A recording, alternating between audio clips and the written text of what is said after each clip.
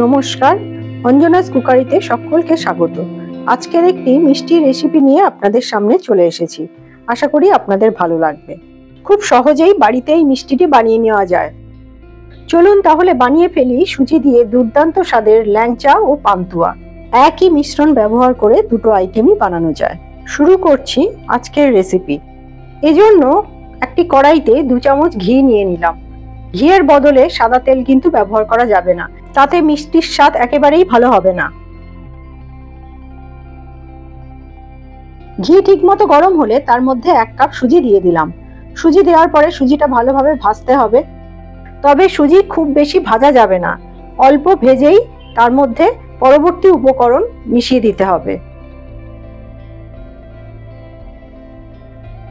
কিছুক্ষণ ধরে নাড়াচাড়া করে সুজি অল্প ভেজে নেওয়ার পরে তার মধ্যে 1 কাপ গুঁড়ো দুধ মিশিয়ে দিলাম। গুঁড়ো দুধ মিশিয়ে দেওয়ার পরেও সেটা ভালোভাবে ভাজতে হবে, তবে লক্ষ্য রাখতে হবে তলায় যেন ধরে না যায়। গুঁড়ো দুধ দিলে কিন্তু খুব দ্রুত কড়ার মধ্যে তা ধরে যায়, সেদিকটা একটু লক্ষ্য রাখতে হবে। এরপর তার মধ্যে 2 কাপ জল আমি মিশিয়ে দিলাম। 1 কাপ সুজির জন্য 2 কাপ জল।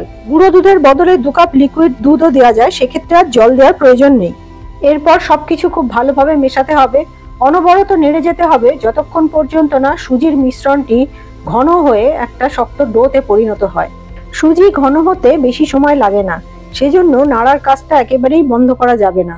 এক্ষেত্রে একটি বিষয় লক্ষ্য রাখতে হবে, সুজির মিশ্রণটি যেন কোনোভাবেই কড়ার মধ্যে ধরে না যায়, তাহলে কিন্তু মিষ্টির মধ্যে একটা পোড়া গন্ধ এসে যাবে, যা একেবারেই ভালো হবে না। মিশ্রণটি নাড়তে নাড়তে যখন ঘন হয়ে কড়া থেকে ছেড়ে আসবে এবং একটা ডোয়ের ফর্মে চলে আসবে, তখন মিশ্রণটিকে একটি থালার মধ্যে নামিয়ে নিতে হবে। থালার মধ্যে নামিয়ে মিশ্রণটিকে কিছুক্ষণ ঠান্ডা হতে দিতে হবে। যতক্ষণ পর্যন্ত না হাতে ছোঁয়া যায় ততক্ষণ পর্যন্ত ঠান্ডা করে নিতে হবে। কিছুটা ঠান্ডা হওয়ার পর যখন হাত দিয়ে স্পর্শ করা যাবে তখন মিশ্রণটিকে ভালোভাবে মেখে নিতে হবে। সুজির মিশ্রণটি মাখতে মাখতে এরপরে এর মধ্যে বেশ কয়েকটি উপকরণ দিয়ে দিলাম। 2 থেকে 4 চামচ ময়দা প্রথমে মেশালাম, তারপর এর মধ্যে 1/2 চামচ এলাচ গুঁড়ো ও 2 চামচ ঘি দিলাম। আবারও সবকিছু ভালোভাবে মিশিয়ে নিলাম।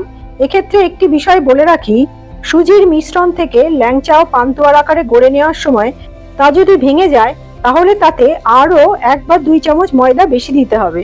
তবে একটা জিনিস লক্ষ্য রাখতে হবে, ময়দা কিন্তু বেশি দেওয়া যাবে না, তাহলে মিষ্টি শক্ত হয়ে যাবে এবং তার মধ্যে কিন্তু রস ঢুকবে না। মিশ্রণটি মাখার সময় যদি বেশি শুকনো মনে হয় তাহলে অল্প দুধ মিশিয়ে নিতে পারেন। আমার প্রয়োজন হয়নি তাই আমি মেশাইনি। এবার খুব সামান্য বেকিং পাউডার দিয়ে মিশ্রণের মধ্যে খুব ভালোভাবে তা মিশিয়ে দিলাম। মিশ্রণটি মেখে রেডি করতে আমার প্রায় 5 থেকে 6 মিনিট সময় লেগেছে।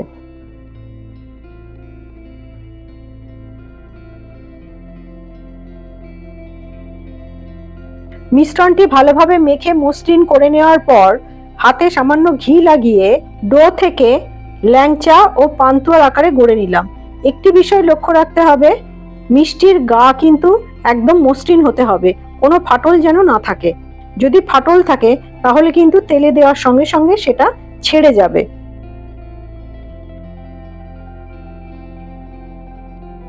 1 কাপ সুজি থেকে আমার সর্বমোট 34টা ল্যাংচা ও পান্তুয়া হয়েছে। এবার কড়াইতে বেশ কিছুটা তেল গরম করে তার মধ্যে একে একে ল্যাংচা ও পান্তুয়াগুলো আমি ভেজে নিলাম। তেল হালকা গরম হতে হবে আর গ্যাসের টেম্পারেচার লো টু মিডিয়ামে রাখতে হবে। বেশি আঁচে মিষ্টিগুলো ভাজা যাবে না, তাহলে চট করে বাইরে রং ধরে যাবে কিন্তু ভেতর থেকে কাঁচা থেকে যাবে। তেলের বদলে আপনারা ঘিও ব্যবহার করতে পারেন, আবার তেল ঘি একসঙ্গে মিশিয়েও ব্যবহার করতে পারেন। আমি শুধুমাত্র তেল ব্যবহার করেছি।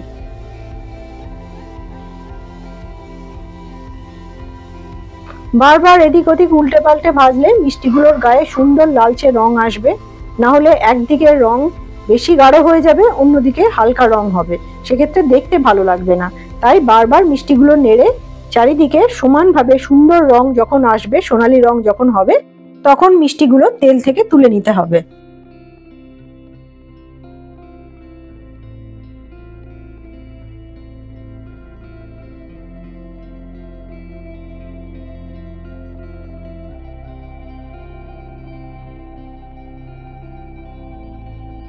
একই পদ্ধতিতে আমি পান্তুয়াগুলোও ভেজে নিলাম। সেক্ষেত্রে একইভাবে মিষ্টিগুলো নাড়াচাড়া করে চারিদিকে সুন্দর রং আসা পর্যন্ত ভেজে নিতে হবে। তারপর যখন সুন্দর রং এসে যাবে তখন সব পান্তুয়াগুলো তেল থেকে তুলে নিতে হবে।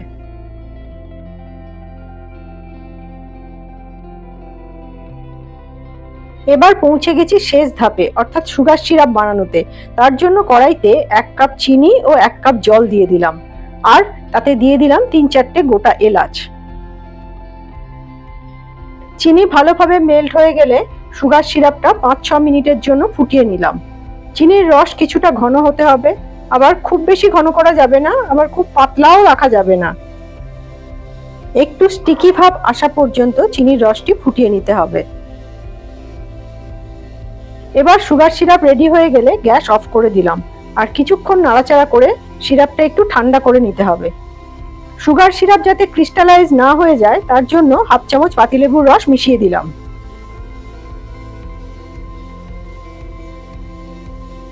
সুগার সিরাপ কিছুটা ঠান্ডা হওয়ার পর যখন তাতে আঙুল ডোবানো যাচ্ছিল, সেই উষ্ণ সুগার সিরাপে আমি মিষ্টিগুলো একে একে দিয়ে দিলাম।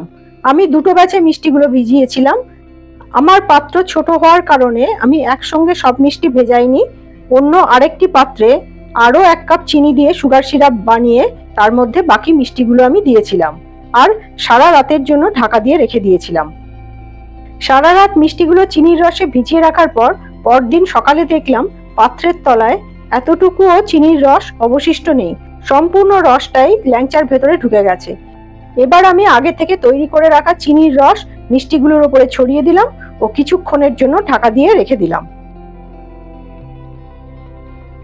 ফাইনালি সুজির ল্যাংচা ও পান্তুয়া পরিবেশনের জন্য প্রস্তুত। চিনির রস ও পেস্তা গুঁড়ো ছড়িয়ে আমি পরিবেশন করলাম। বন্ধুরা, আমার রেসিপিটি যদি ভালো লাগে তাহলে লাইক, শেয়ার ও কমেন্ট করে আমাকে উৎসাহিত করবেন। ভিডিওটি শেষ পর্যন্ত দেখার জন্য সকলকে অসংখ্য ধন্যবাদ। সবাই ভালো থাকবেন, সুস্থ থাকবেন। নমস্কার।